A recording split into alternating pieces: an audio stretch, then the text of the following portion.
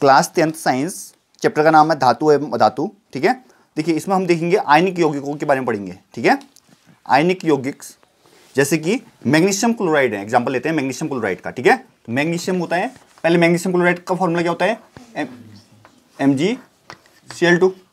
Clear है? आपको magnesium और क्लोरीन के बारे में अलग से भी पता होना चाहिए। मैग्नीशियम परमाणु क्रमांक होता है 12।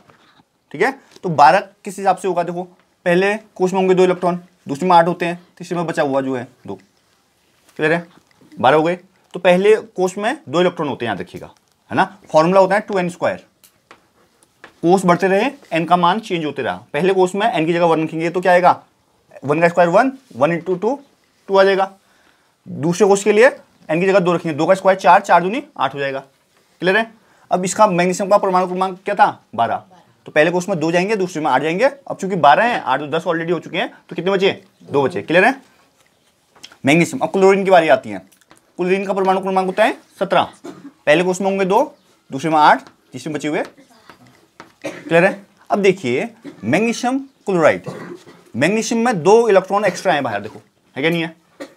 और जो क्लोरीन है, क्लोरीन में देखो 7 इलेक्ट्रॉन है बाहरी कोश में। ठीक है, 7 इलेक्ट्रॉन है। इसका मतलब क्या है कि 1 इलेक्ट्रॉन की आवश्यकता है इसको। क्यों भाई? अब Cl2 बोल दिया है। Cl2 का मतलब क्या है, 2 क्लोरीन है। क्लियर है? कैसे डिनोट करेंगे इसको, देखो ये मैग्नीशियम है, बाहरी कोश के इलेक्ट्रॉन को ही शो करते हैं, याद रखिएगा, है ना। जो ये बाहरी कोश है ना, इसके इलेक्ट्रॉन को आप दर्शाओगे, तो इसके 2 इलेक्ट्रॉन यहां शो कर दो।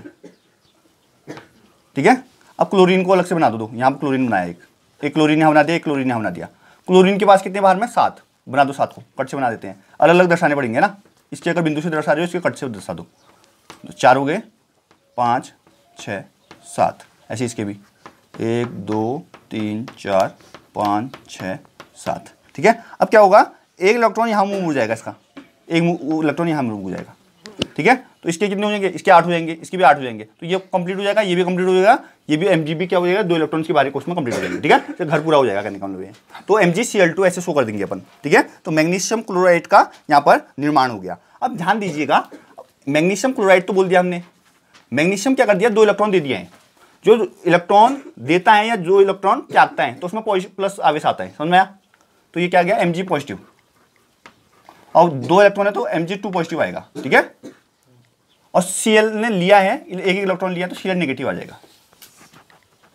जो इलेक्ट्रॉन लेता है उसके उसमें माइनस चार्ज आएगा। ठीक है, जैसे हम बैंक से लोन लेते हैं, तो ऋण लेते हैं, तो ऋण लिया ना हमने देना है, तो ऋण आवेश आ जाए। इसने लिया है ना, एक इलेक्ट्रॉन लिया इसने, देखो यहाँ से, तो माइनस चार्ज आएगा। जो लेता है उसको माइनस चार्ज आएगा, जो देता है, देखो इसने दिया, 2 इलेक्ट्रॉन दिए ना इसको, तो इसके लिए 2 दिए हैं, तो 2 प्लस चार्ज आएंगे। समझ में आया नहीं आया? तो ऐसे मतलब हम आयनिक यौगिकों में कैसे निर्माण करते हैं ये देखा हमने। इसके लिए हमको आवर्त सारणी पता होनी चाहिए, ये मेन है। अब आयनिक यौगिकों के बारे में हम पढ़ेंगे, क्योंकि क्वेश्चन भी पूछा जाता है कि आयनिक यौगिकों के गलनांक व क्वथनांक उच्च होते हैं करके। ठीक है, इंपॉर्टेंट क्वेश्चन है। तो आयनिक यौगिकों के गुणधर्म पढ़ते हैं पहले हम। भौतिक प्रकृति, है ना, धन एवं ऋण आयनों के बीच मजबूत आकर्षण बल के कारण आयनिक यौगिक ठोस एवं कठोर होते हैं। ठीक है, धन और ऋण आयनों के बीच क्या होगा, मजबूत आकर्षण बल होगा। ठीक है, देखिए ये प्लस चार्ज वाला है, ये माइनस चार्ज वाला है।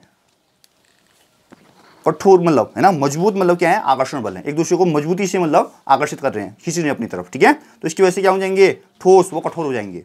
ये यौगिक सामान्यतः भंगुर होते हैं तथा दाब डालने पर टुकड़े में टूट जाते हैं। ठीक है, तो कैसे होंगे, दाब डालोगे, जैसे इनको हाथ लगाओगे या इनमें प्रेशर डालोगे तो टूट जाएंगे। ठीक है, ऐसा भी रहता है। गलनांक एवं क्वथनांक वाला इंपॉर्टेंट लाइन है, याद रखिएगा, ये पेपर में भी पूछता है। आयनिक यौगिक का गलनांक एवं क्वथनांक बहुत अधिक होता है। आयनिक यौगिक का गलनांक और क्वथनांक क्या होता है, बहुत अधिक होता है, क्योंकि मजबूत अंतर आयनिक आकर्षण को तोड़ने के लिए ऊर्जा की पर्याप्त मात्रा की आवश्यकता होती है। ठीक है, अब इनके बीच में क्या है, मजबूत आकर्षण बल है, ये मजबूती से जुड़े हुए हैं, तो उनको तोड़ने के लिए ज़्यादा ताकत की जरूरत पड़ेगी, ज़्यादा बल की जरूरत पड़ेगी, इसलिए इनका गलनांक और क्वथनांक क्या होता है, उच्च होता है। गलनांक और क्वथनांक उच्च है का मतलब ये है कि आसानी से गलेगा नहीं, आसानी से उबलेगा नहीं। गलनांक मतलब गलन, ठीक है, गलना, और क्वथनांक मतलब उबलना। ठीक है, तो आसानी से नहीं होगा, इसका मतलब ये अपने इनका जो बीच में बॉन्डिंग है, जो आकर्षण बल है, वो बहुत ही प्रबल है। उस बल को तोड़ने के लिए बहुत ज्यादा बल की आवश्यकता होगी, भारी बल की। होगी नहीं होगी बताओ? घुलनशीलता, वैद्युत संयोजन यौगिक सामान्यतः जल में घुलनशील तथा केरोसिन, पेट्रोल आदि जैसे विलायकों में अविलेय होते हैं। ठीक है, तो ये क्या होंगे? जल में तो घुलनशील होते हैं, पर जैसे केरोसिन है, पेट्रोल है, जैसे विलायकों में क्या होंगे? अविलेय होंगे, नहीं घुलते हैं। विद्युत चालकता, किसी विलयन से विद्युत के चालन के लिए आवेशित कणों की गतिशीलता आवश्यक। विद्युत चालकता जानती हो आप, करंट का फ्लो करने का नहीं है, इलेक्ट्रिसिटी मूव होगा, इलेक्ट्रॉन मूव होंगे। तो किसी विलयन से विद्युत के चालन के लिए आवेशित कणों की गतिशीलता आवश्यक है। ठीक है, विद्युत का चालन कब होगा? जब आवेशित कणों गति करेंगे तभी तो विद्युत का चालन होगा। जैसे हमारे घर में लाइट आती है, कैसे आती है भाई? इलेक्ट्रॉन का मूवमेंट हो रहा है, ठीक है, और वहां पर विभवांतर उत्पन्न हो रहा है। ठीक है, आयनिक यौगिक के जलीय विलयन में आयन उपस्थित होंगे। ठीक है, आयनिक यौगिक के जलीय विलयन में क्या होंगे? आयन होंगे, प्लस और माइनस चार्ज वाले। जब विलयन में विद्युत धारा प्रवाहित की जाती है तो यह अपना विपरीत इलेक्ट्रोड की ओर गमन करते हैं। ठीक है, कहने का मतलब ये है, विपरीत चिन्ह जो होते हैं वो आकर्षित करते हैं एक दूसरे को। ठीक है, कहने का मतलब प्लस वाला माइनस की तरफ जाएगा, माइनस वाला प्लस की तरफ जाएगा, ऐसा करके। ठीक है, ठोस अवस्था में आयनिक यौगिक विद्युत का चालन नहीं करते हैं। ठीक है, आयनिक यौगिक किस अवस्था में नहीं करते? ठोस अवस्था में विद्युत का चालन नहीं करते हैं। ठीक है, क्योंकि ठोस अवस्था में दृढ़ संरचना के कारण आयनों की गति संभव नहीं है। ठीक है, तो ठोस अवस्था में क्या होगा? उनकी संरचना क्या होगी? दृढ़ होगी, कठोर होगी, तो उसमें आयनों का विद्युत का चालन नहीं हो पाएगा। क्योंकि ठोस अवस्था में दृढ़ संरचना के कारण आयनों की गति संभव नहीं है, आयन गति नहीं कर पाएंगे, इसलिए ठोस अवस्था में क्या नहीं होगा? विद्युत का चालन नहीं होगा। लेकिन आयनिक यौगिक गलित अवस्था में विद्युत का चालन करते हैं। जब वो पिघल जाएंगे, द्रवस्था होगी उनकी, तो वो क्या होंगे? विद्युत का चालन करेंगे। क्योंकि गलित अवस्था में विपरीत आवेश वाले आयनों के मध्य स्थिर वैद्युत आकर्षण बल ऊष्मा के कारण कमजोर पड़ जाएगा। ठीक है, क्योंकि गलित अवस्था में यानी कि द्रवस्था में विपरीत आवेश वाले आयनों के मध्य, विपरीत आवेश के जो आयन होंगे उनके बीच में क्या हो जाएगा? स्थिर वैद्युत आकर्षण बल होगा। ठीक है, वो एक दूसरे को अपनी तरफ खींच लेंगे, कहने का मतलब ये है। उसकी वजह से क्या होगा? ऊष्मा उत्पन्न होगी, आकर्षित होंगे तो ऊष्मा उत्पन्न होगी वहां पर, और उसकी वजह से वो बल क्या हो जाएगा?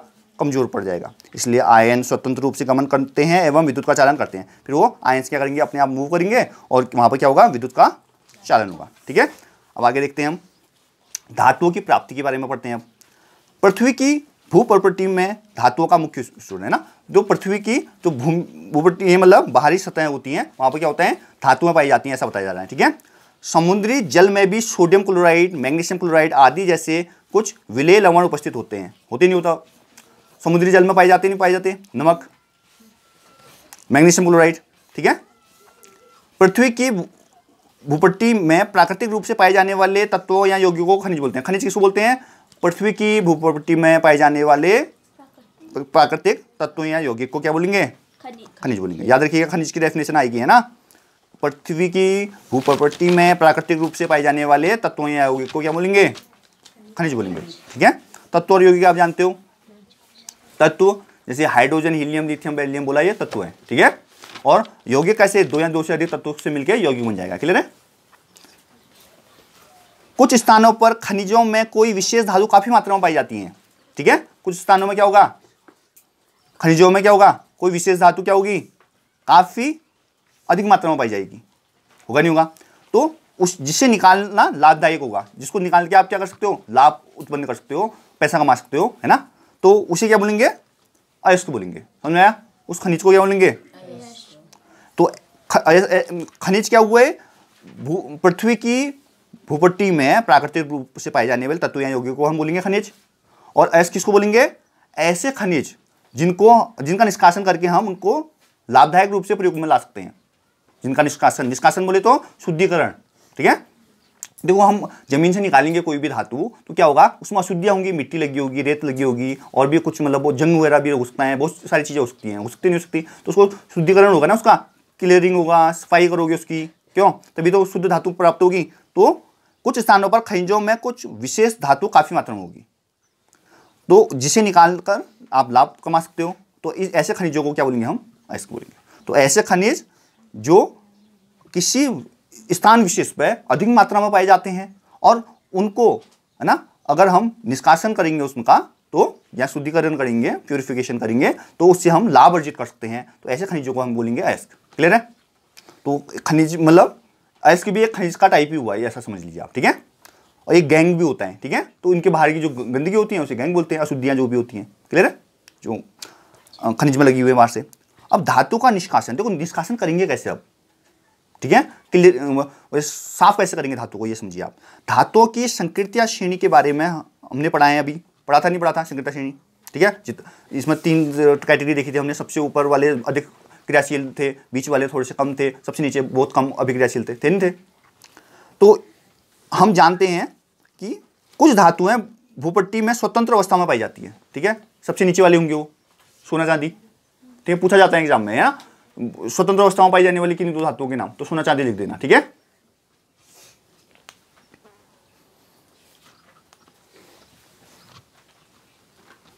हाँ, कुछ धातुएं अपने यौगिकों के रूप में मिलती हैं, कुछ यौगिक बना के मिलती हैं, कहने का मतलब ये है ना, कुछ तो स्वतंत्र अवस्था में मिलेंगे, कुछ यौगिकों के रूप में मिलेंगे, ठीक है।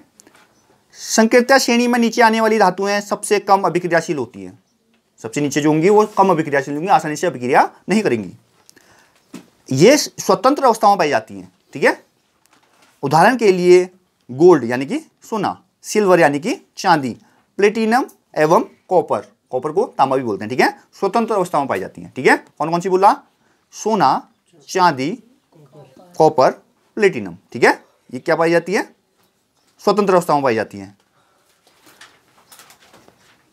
संकृत्या श्रेणी में सबसे ऊपर की धातुएं कौन सी होंगी, potassium, sodium, calcium, magnesium, aluminium, ठीक है, इस ऊपर आई इतनी अधिक अभिक्रियाशील होती हैं कि ये कभी भी स्वतंत्र तत्व के रूप में नहीं मिल पाती, इतनी ज्यादा अभिक्रियाशील होती हैं, जैसी ये स्वतंत्र अवस्था में रख दोगे ना, ये क्रिया कर लेंगी, अभिक्रिया कर लेंगी किसके संग, ठीक है।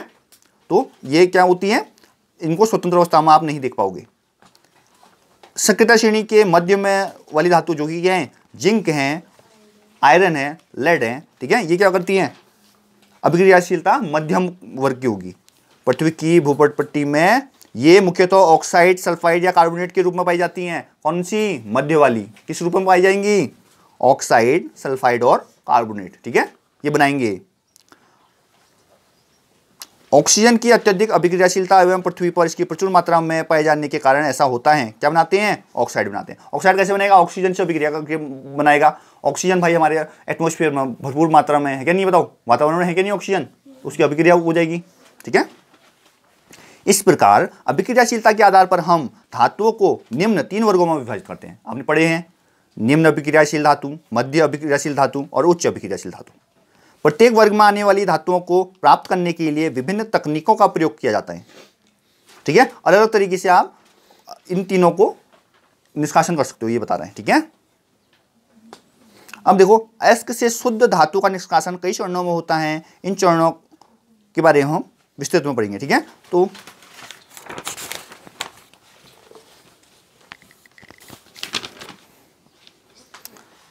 पृथ्वी से खनित अयस्कों में मिट्टी, रेत आदि जैसी कई अशुद्धियां होती है, बोल रहे हैं, गैंग की डेफिनेशन आ गई है, ठीक है।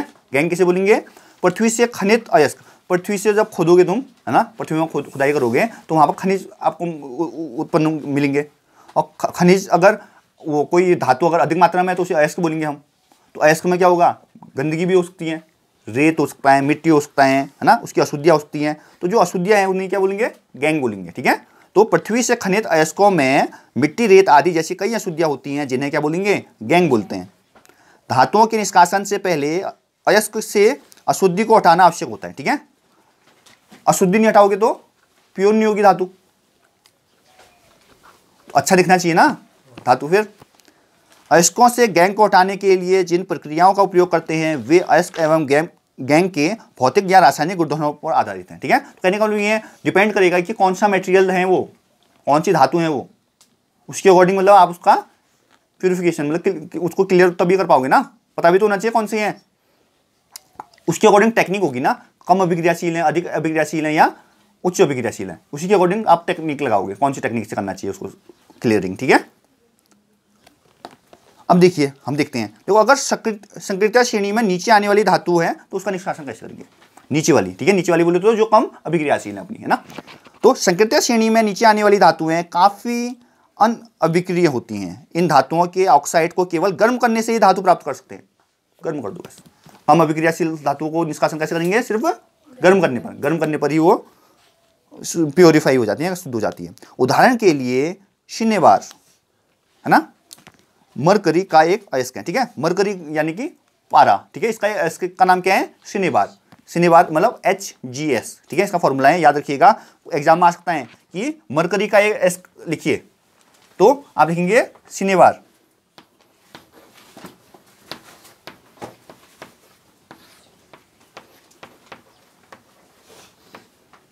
ठीक है, शनिवार है भाई मरकरी यानी कि पारा का एक अयस्क।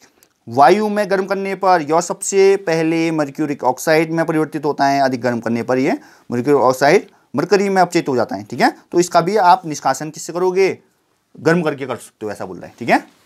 इसकी इसी प्रकार प्राकृतिक रूप से Cu2S के रूप में उपलब्ध तांबे को केवल वायु में गर्म करने पर इसका निष्कासन कर सकते हो, ठीक है। कॉपर को भी यानी कि तांबे को भी आप क्या कर सकते हो, गर्म करके भी इसका शुद्धिकरण बोल सकते हो, ठीक है। अब देखेंगे हम संक्रियता श्रेणी में मध्य में स्थित धातुओं का निष्कासन। अब मध्य में जो है उनको कैसे आप प्यूरिफाई करोगे, क्लियर कैसे करोगे। तो संक्रियता श्रेणी में मध्य में स्थित धातु हैं जैसे कि आयरन हो गया, जिंक हो गया, लेड हो गया, कॉपर हो गया, की अभिक्रियाशीलता मध्यम होती है, ठीक है। प्रकृति में यह प्रायः सल्फाइड या कार्बोनेट के रूप में पाई जाती है। हमने पढ़ा था ये कि मध्य वाली कैसे पाई जाती हैं, या तो सल्फाइड में पाई जाएगी या कार्बोनेट में पाई जाएगी, ठीक है। पाई जाएगी नहीं पाई जाएगी। सल्फाइड या कार्बोनेट की तुलना में धातु को उनके ऑक्साइड से प्राप्त करना अधिक आसान होता है बोल रहे हैं, ठीक है। सल्फाइड या कार्बोनेट की तुलना में अगर वो ऑक्साइड में होगा तो ज़्यादा हम आसानी से उसको निष्कासन कर सकते हैं, ऐसा बता रहे हैं, ठीक है।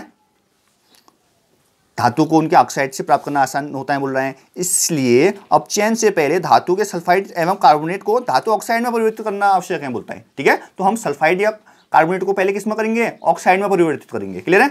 ये मध्यम वाले की बात कर रहे हैं हम, जो मध्य अभिक्रियाशील धातु हैं उनका निष्कासन हम कैसे करेंगे। तो हमने देखा कि हम उससे क्या कर सकते हैं, या तो ऑक्साइड हो सकता है या कार्बोनेट हो सकता है, सल्फाइड हो सकता है, ठीक है। अब ऑक्साइड को आसानी से आप धातु का निष्कासन कर सकते हैं, तो हम क्या करेंगे, जो सल्फाइड और कार्बोनेट है उसको पहले किस में कन्वर्ट करेंगे, ऑक्साइड में कन्वर्ट करेंगे, ठीक है, ऑक्साइड में परिवर्तित करेंगे, ठीक है। सल्फाइड एस्क को वायु की उपस्थिति में अधिक ताप पर गर्म करना, यह ऑक्साइड में परिवर्तित हो जाता है। बहुत इंपॉर्टेंट लाइन है, हाँ, भर्जन और निस्तापन बोला जाता है, ठीक है। तो भर्जन प्रक्रिया बोल देंगे इसको, किससे बोलते हैं, सल्फाइड एस्क को वायु की उपस्थिति में, वायु की उपस्थिति रहेगी, है ना, वायु की उपस्थिति रहेगी मतलब वायु का प्रयोग होगा, ठीक है।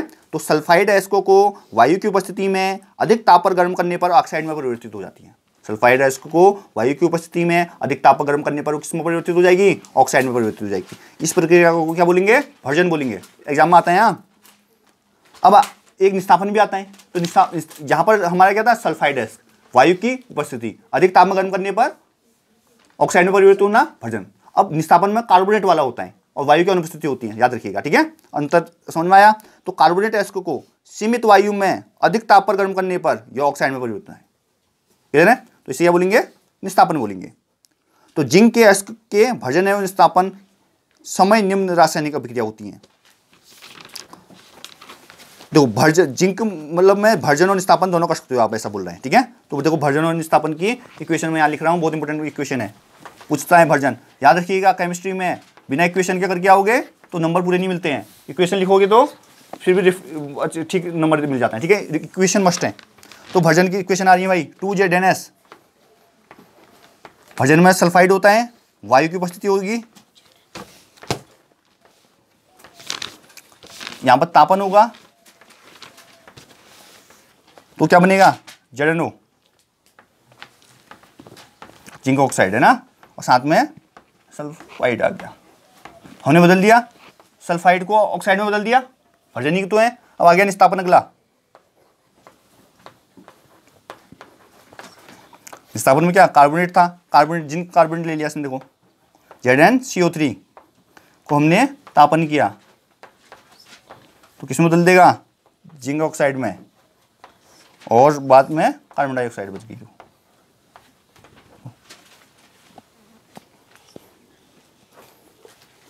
अब आपको क्या मिल गया है, जिंक ऑक्साइड। देखो भर्जन और निस्तापन दोनों में क्या मिल गया है, जिंक ऑक्साइड मिल गया है। अब जिंक ऑक्साइड से जिंक अलग कर दोगे, इसके बाद कार्बन जैसे उपयुक्त तो अपचायक का प्रयोग करके धातु ऑक्साइड से धातु प्राप्त कर सकते हैं, ठीक है। तो एक कार्बन का प्रयोग करेंगे फिर हम, कार्बन क्या है, एक उपचायक है, ठीक है। तो इसके बाद क्या करेंगे, हम कार्बन का प्रयोग करेंगे। कार्बन जो कि एक उपयुक्त उपचायक है, हम क्या, इससे क्या होगा, धातु ऑक्साइड से धातु प्राप्त कर लेंगे हम। उदाहरण के लिए जब जिंक ऑक्साइड को कार्बन के साथ गर्म किया जाता है तो यह जिंक धातु में अपचयित हो जाता है, ठीक है। तो देखिए आप यहां पर कर रहा हूं, जिंक ऑक्साइड ZnO, मैं कार्बन का प्रयोग करो बोल रहा है, तो ऑब्वियसली बात है, एक तो जिंक बन जाएगा, दूसरा क्या बनेगा, कार्बन मोनोऑक्साइड बन जाएगा। तो कार्बन मोनोऑक्साइड बोलते हैं इसको। तो जिंक मिल गया, शुद्ध धातु मिल गई, बस।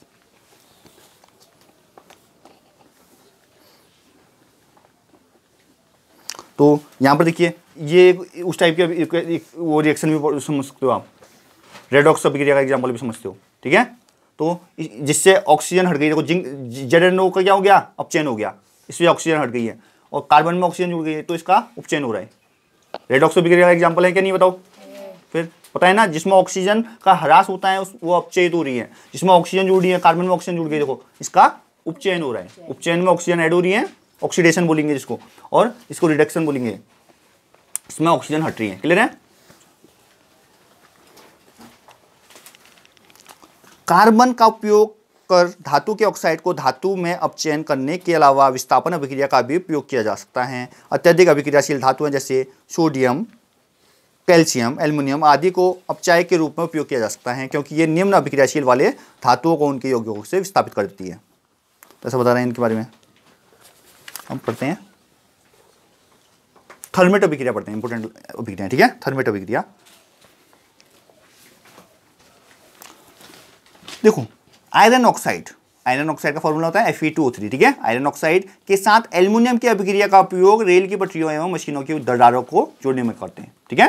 किसका बोला, आयरन ऑक्साइड Fe2O3 का, हाँ, आयरन ऑक्साइड Fe2O3 के साथ किसकी अभिक्रिया, एल्युमिनियम की अभिक्रिया, आयरन ऑक्साइड के साथ एल्युमिनियम की अभिक्रिया का प्रयोग कहां करेंगे हम, रेल की पटरियों एवं मशीनी पुर्जों की दरारों को जोड़ने के लिए, है ना। अब रेल की पटरियों में दरार आ जाती है, बीच में गैप आ जाता है ना, तो उसको पूरा करने के लिए, भरने के लिए, जोड़ने के लिए, या मशीन की पुर्जों में दरार आ जाएंगी तो उनको जोड़ने के लिए इस प्रक्रिया का उपयोग करते हैं। थर्मेट अभिक्रिया बोलते हैं इसे, याद रखिएगा। रिएक्शन लिख रहा हूं थर्मेट अभिक्रिया की, इंपोर्टेंट है, याद रखिएगा।